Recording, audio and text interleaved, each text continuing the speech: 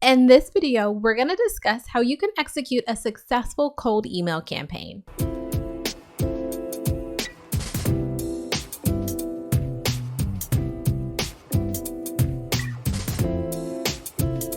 Hey, what's up YouTube? It's Natasha, the business recruiter. Welcome back to my channel. So when it comes to you executing a cold email campaign, there are a number of things that you need to keep in mind. However, one of the most important that you want to keep top of mind from the very beginning is making sure that you do not put yourself in a position or your business in a position where you are ending up in someone's spam folder. Now, I know that there's not a lot of things that you can do to avoid this 100%, but I do want to provide you with some tips that you should take into consideration as you're thinking about starting to mass send out emails. This will ultimately help you to ensure that you keep your spam score low. Starting with number one, you want to minimize the number or amount of hyperlinks that you put within your email. This will just ensure that your email doesn't appear like it's trying to redirect that person that you're sending the email to another site or to a potentially malicious site. So if there's hyperlinks within your signature, for example, that's typically okay, but within the actual body of the email, you want to make sure that you keep those hyperlinks or redirects to other sites to a minimum. The next thing that you want to take into consideration is to actually use an email provider that is considered to be reputable. I know that there are a lot of email providers out there ultimately that allow you the opportunity to house your business email address, but the most popular are going to be G Suite or Google or GoDaddy, and these are usually considered to be the top two. Now, of course, there's others that are out there. Namecheap is another one that is popular that I hear about often. But again, you want to make sure that you stick to the ones that are considered to be the most reputable. This will ensure that you have a presence that is backed by their organization and the reputation that they've been able to build. And ultimately, it'll also help your emails to make sure that they're getting into the inbox of the right individuals. Now, this next one is very important, especially when you're thinking about your cold email sequence and the content that's going to be within your cold email sequence or within the body of your email. And this is to avoid any spammy phrases. Things like make money with a whole bunch of dollar signs. You want to avoid those phrases.